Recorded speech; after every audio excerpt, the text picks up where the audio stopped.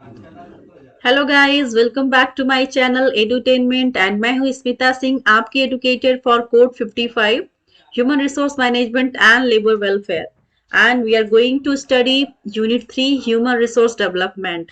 And इससे पहले के सेशंस में अगर आपने देखा होगा तो हमने ढेर सारे ऑप्शंस किए हैं, वो सारे टॉपिक्स किए हैं जिन पे क्वेश्चंस बनते हैं, जिनके बेसिस पे क्वेश्चंस अराइज होते हैं। एंड यूनिट 3 से ही जो कुछ रिमेनिंग टॉपिक्स रह गए हैं उनको भी हम आज देखेंगे। So we are preparing for NTA UGC NET JARF 2022, right? So contents में मैंने पिछले सेशंस में आपको दिखाया था कि यूनिट 3 में आपको क्या क्या चीजें पढ़नी है। एक समरी बताया था मैंने, समरी में मैंने आपको दिखाया था ह्यूमन रिसोर्स डिपार्टमेंट पढ़ेंगे हम HRD के अंदर, परफॉर्मेंस अप्रेजल पढ़ेंगे, ट्रेनिंग एंड डेवलपमेंट पढ़ेंगे, total quality management, kaizen, quality of work life, quality circle and career planning के बारे में भी हम बात करेंगे, राइट? सो प्रीवियस सेशंस में हमने क्या क्या चीजें कर ली है मैं आपको स्क्रीन पे दिखा देती हूँ, you can go through and you can see, right? So आज हम वो टॉपिक कवर करेंगे जहाँ जो अभी तक हमने नहीं किया है, right? So these are the topics which I already have covered in my previous sessions. If you have not gone through my previous sessions, you can go through. You can go through. You can subscribe my channel, Smita Singh Entertainment, and you can see all those recorded sessions and get benefited, right? So just a second.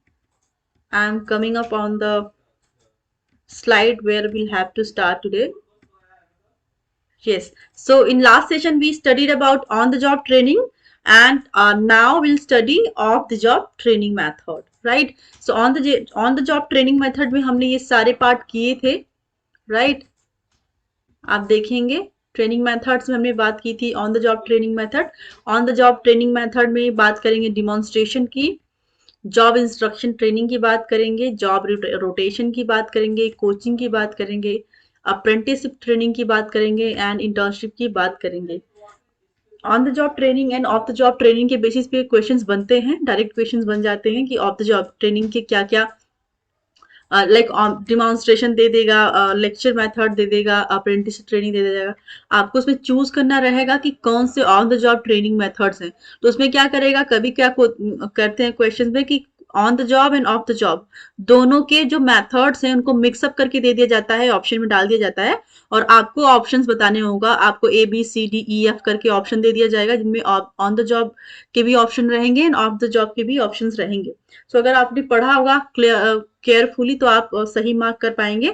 आप उसमें on the job training के सारे features जो भी methods हैं उनको करके ABC का सीक्वेंस देगा, ABCD ऑप्शन दे देंगे, उनमें दे देगा ABC एंड BCDE, इस तरह से ऑप्शंस दे दिए जाएंगे। तो आपको अगर करेक्ट नॉलेज रहेगा, स्पेसिफिक नॉलेज रहेगा, अगर आपने पढ़ाई की होगी अच्छे से तो आप उनका करेक्ट आंसर दे पाएंगे, राइट? सो आप on the job training end of the job training दोनों को अच्छे से पढ़ेंगे, दोनों में क्या क्या मेथड्स हैं, दोनों के क्या क्या मेथड्स हैं उनको क्लियरली जानेंगे कि ये ऑन द जॉब ट्रेनिंग किस में आता है और ऑफ द जॉब ट्रेनिंग किस में आता है, राइट? सो हम ऑन द जॉब ट्रेनिंग पढ़ चुके हैं प्रीवियस सेशन में एंड आज पढ़ेंगे off the job training methods. Off the job training method का पहला ऑप्शन है lecture method. So lecture method कभी कभी लोग कंफ्यूज हो जाते हैं कि लेक्चर मेथड तो ऑन द जॉब ट्रेनिंग होगा, लेकिन नहीं, लेक्चर मेथड जो है वो off the job training method है, राइट? सो देखेंगे क्या होता है लेक्चर मेथड में। The lecture is the best use to create a general understanding of a topic or to influence attitudes through education about a topic. The most common form of the job training is the oral presentation of information to an audience. In lectures, a large amount of information can be delivered in a relatively short span of time to a large number of people. So lecture method में क्या होता है कि ज्यादा से ज्यादा लोगों के बीच में आपको एक मतलब का मतलब क्या है कि ढेर सारे ऑडियंस रहेंगे, ढेर सारे पीपल रहेंगे आपको, और एक शॉर्ट एंड स्पेसिफिक वे में आपको एक लेक्चर मेथड के थ्रू आपको अपना इंफॉर्मेशन शेयर करना होता है। सो this is the lecture method कि जहाँ पे आप बोल रहे होते हैं, लोग सुन रहे होते हैं, right. So this is the off the job training method, right. So एक तरह से कि एक तरह से ये एक का एक ये प्रेजेंटेशन होता है नो एमंग दी पीपल, लोगों के बीच में एक पर्सन होगा जो एक स्पेसिफिक टॉपिक चूज करेगा और उसको एक समरी में एक स्पेसिफिक वे में आपके सामने वो इंफॉर्मेशन प्रेजेंट करेगा करेगा एंड जो पीपल वहां पे रहेंगे गेदर्ड वो आपकी बात को सुनेंगे, ठीक है। तो यहाँ पे लेक्चर मेथड में क्या होता है, ये वन वे कम्युनिकेशन होता है जहाँ पे जो प्रेजेंटेशन देने वाला होता है वो प्रेजेंट करता है कम्युनिकेशन को, राइट। एंड वहां पे एक स्पेसिफिक टाइम में एक स्पेसिफिक ड्यूरेशन में लार्ज नंबर ऑफ पीपल रहेंगे वहां पे और वो पर्सन आपको लेक्चर मेथड के थ्रू कम्युनिकेशन करेगा, right. So this is the lecture method. Second देखेंगे computer based training. So what is the computer based training? It is cost effective and reduces training time. So computer based training का सबसे ज्यादा benefit क्या होता है? That is time reduction. कम time में ज्यादा इफेक्टिव काम करके देता है कंप्यूटर आपका।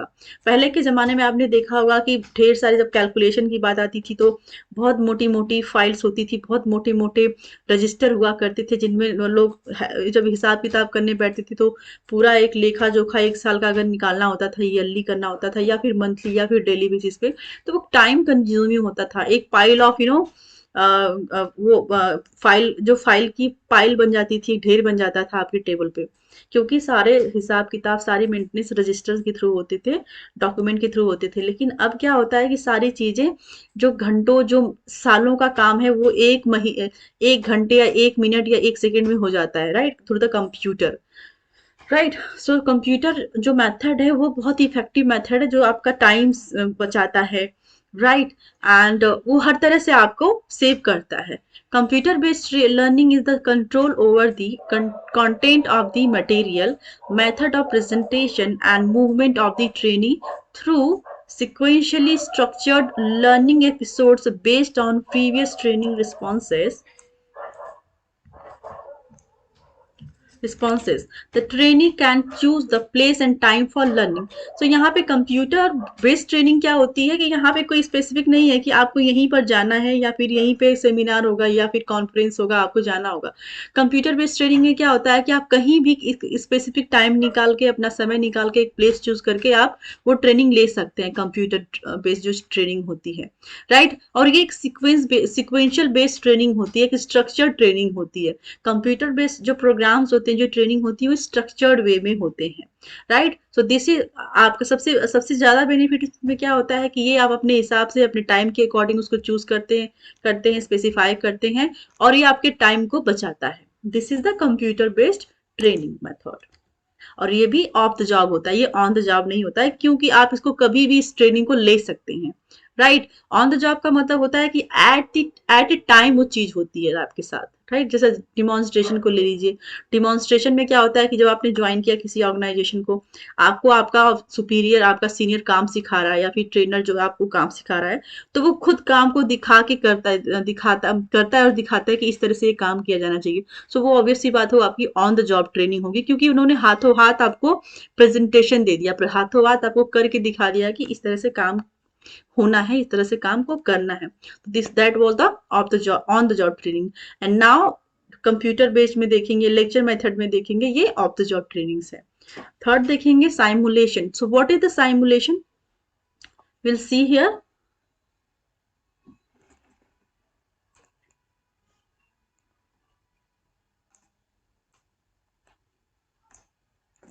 So it exercises place the trainee in an artificial environment that closely imitates actual working condition, where the trainer demonstrates on the same kind of machine and using the same procedure that training will use on the job.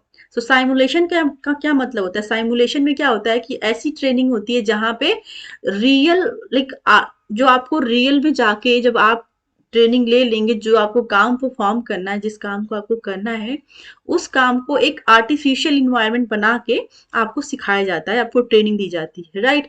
जैसे कि आप सबसे जो best example होगा इसके लिए होगा वो पायलट की training.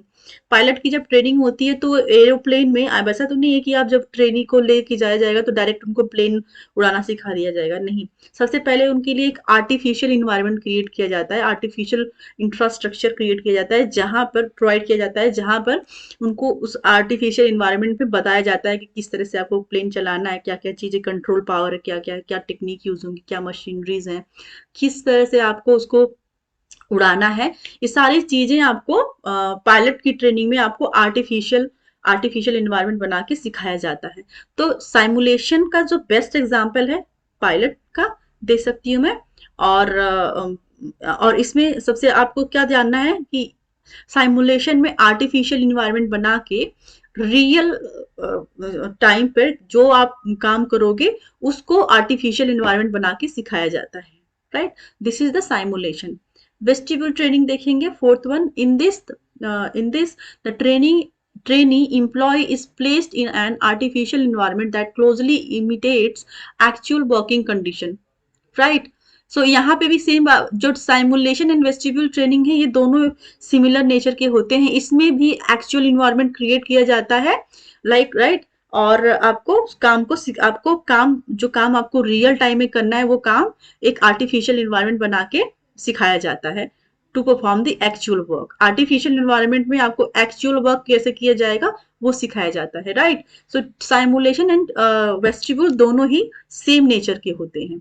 The theory is that if managers or employees have faced with similar situation, even if these are simulated, they will be more likely to make right decisions, right? And business games देखेंगे, what is the business game?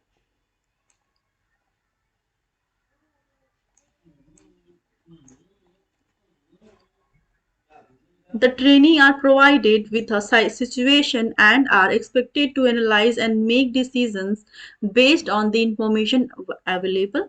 This process This process continued till the predefined state of the organization exists or a specified number of trails has been completed.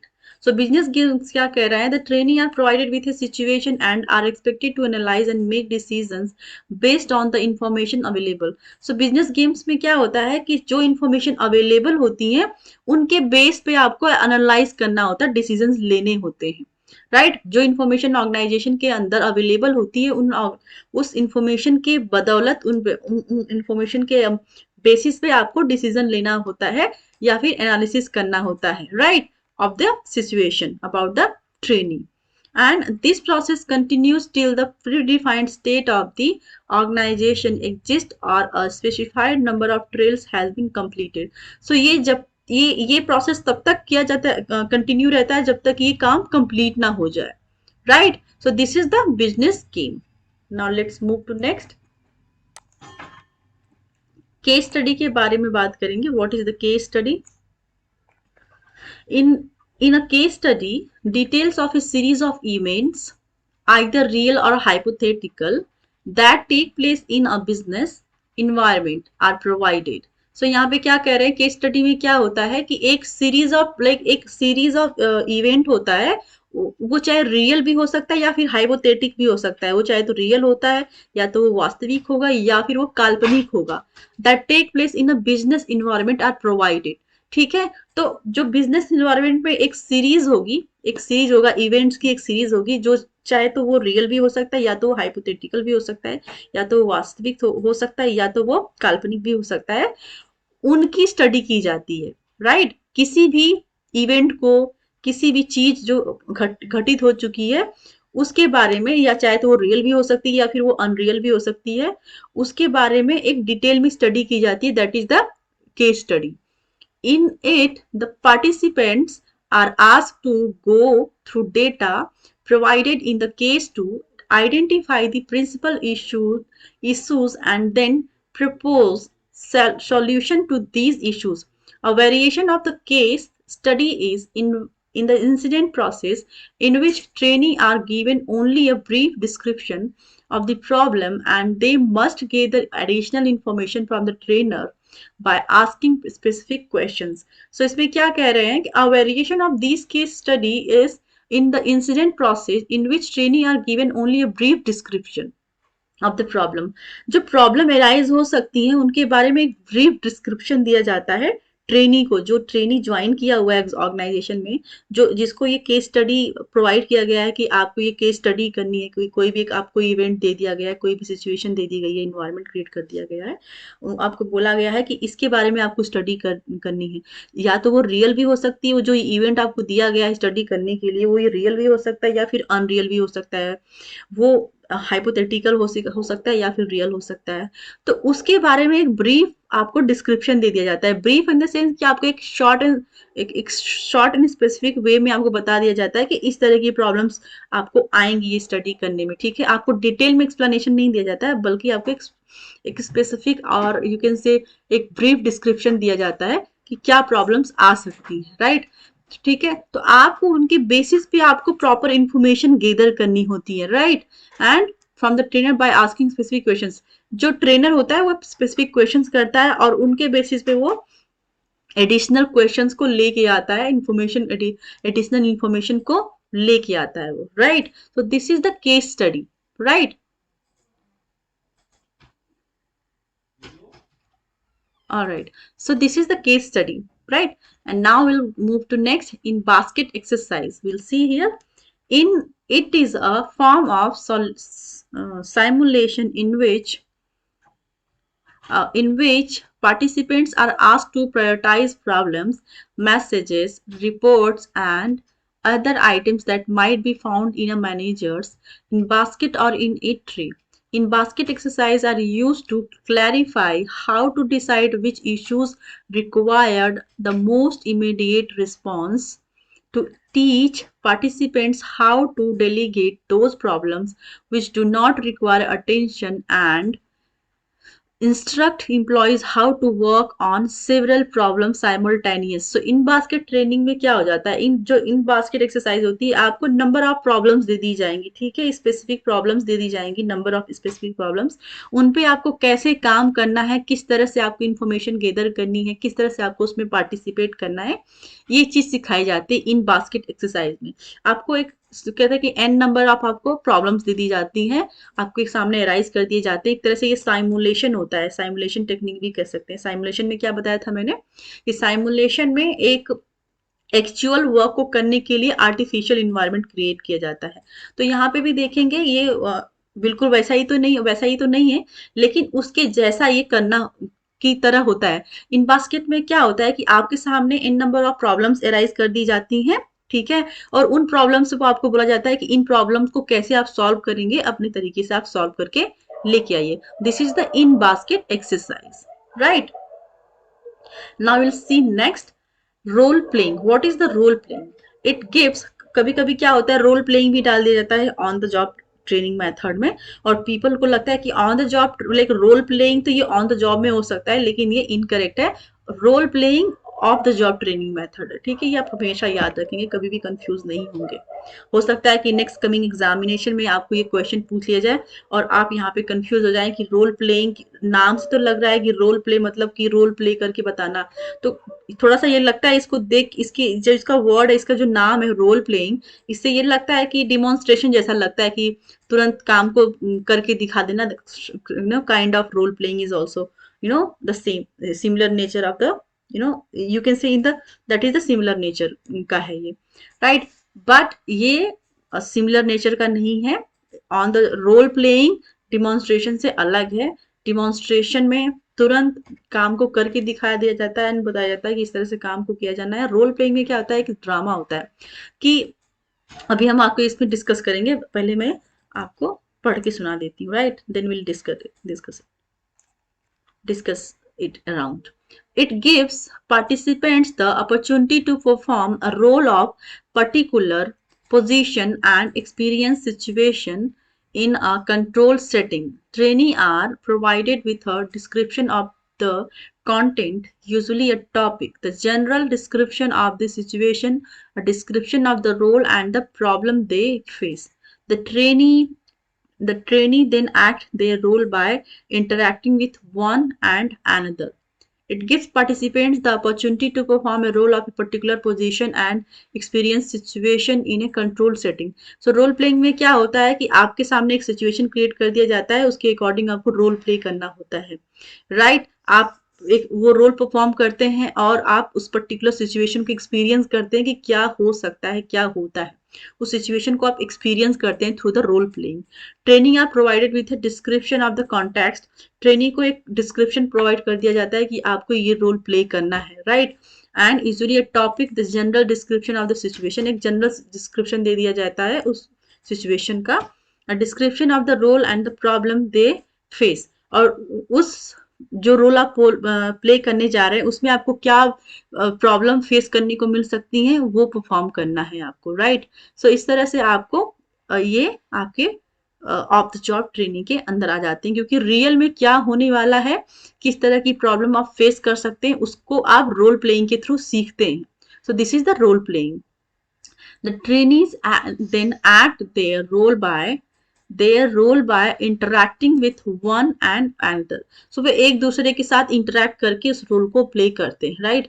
On the job में आपको जब job करेंगे तो आपको किस तरह की problem face करने को मिल सकती है, क्या प्रॉब्लम्स अराइज हो सकती हैं उस पर्टिकुलर सिचुएशन में, क्या आप कैसे आप प्रॉब्लम को सॉल्व करेंगे, उस इन्वायरमेंट को रोल प्लेइंग के थ्रू आपको जीना होता है. एक तरह से आप उसको लाइव जी रहे होते हैं कि लाइव क्या होने वाला है, आप उसको आर्टिफिशियली जी रहे होते हैं ड्रामा के थ्रू, एक्टिंग के थ्रू, ठीक है? पार्टिसिपेट करते हैं रोल प्लेइंग में, राइट? तो this is the role playing. So I think so I should wind up the session here, क्योंकि मैं बहुत ज़्यादा lengthy, you can, I just as I always say that मैं बहुत ज़्यादा लेंदी वीडियोस नहीं बनाना चाहती ताकि आप बोर हो जाएं, एंड बोर्डम के मारे आप फिर आपका मन ना लगे पढ़ाई में, आप थोड़ा इधर उधर करें. इससे अच्छा है कि हम थोड़ा ज़्यादा शॉर्ट भी वीडियो ना बनाएं और बहुत ज़्यादा लॉन्ग भी ना बनाएं. ऐसे स्पेसिफिक वीडियो का टाइमिंग रखें ताकि आपका इंटरेस्ट बना रहे, राइट? आप इंटरेस्ट के साथ पढ़ें, वीडियोस देखें, सेशंस देखें, समझें, एंड आप सीख पाए, राइट? सो अगला जो सेशन होगा इसके आगे के टॉपिक को मैं लूंगी. आगे का टॉपिक मैं दिखा देती हूँ क्या टॉपिक्स होंगे. बिहेवियरल मॉडलिंग होगा नेक्स्ट सेशन में हमारा, सेंसिटिविटी ट्रेनिंग होगा, एंड डेवलपमेंट के बारे में बात करेंगे. सो हमारा दो टॉपिक इसमें से रह गया ऑफ द जॉब ट्रेनिंग से, बिहेवियरल मॉडलिंग एंड सेंसिटिविटी. उसके बाद हम डेवलपमेंट वाला पार्ट करेंगे. सो तब तक के लिए मैं अभी सेशन को यहीं पे वाइंड अप कर रही हूँ. नेक्स्ट सेशन के लिए आप रेडी रहिएगा, मैं जल्द ही दूसरा इसके लाइक नेक्स्ट सेशन भी लॉन्च करूंगी यूट्यूब पे, राइट? सो तब तक के लिए thank you very much for watching me. Thank you very much.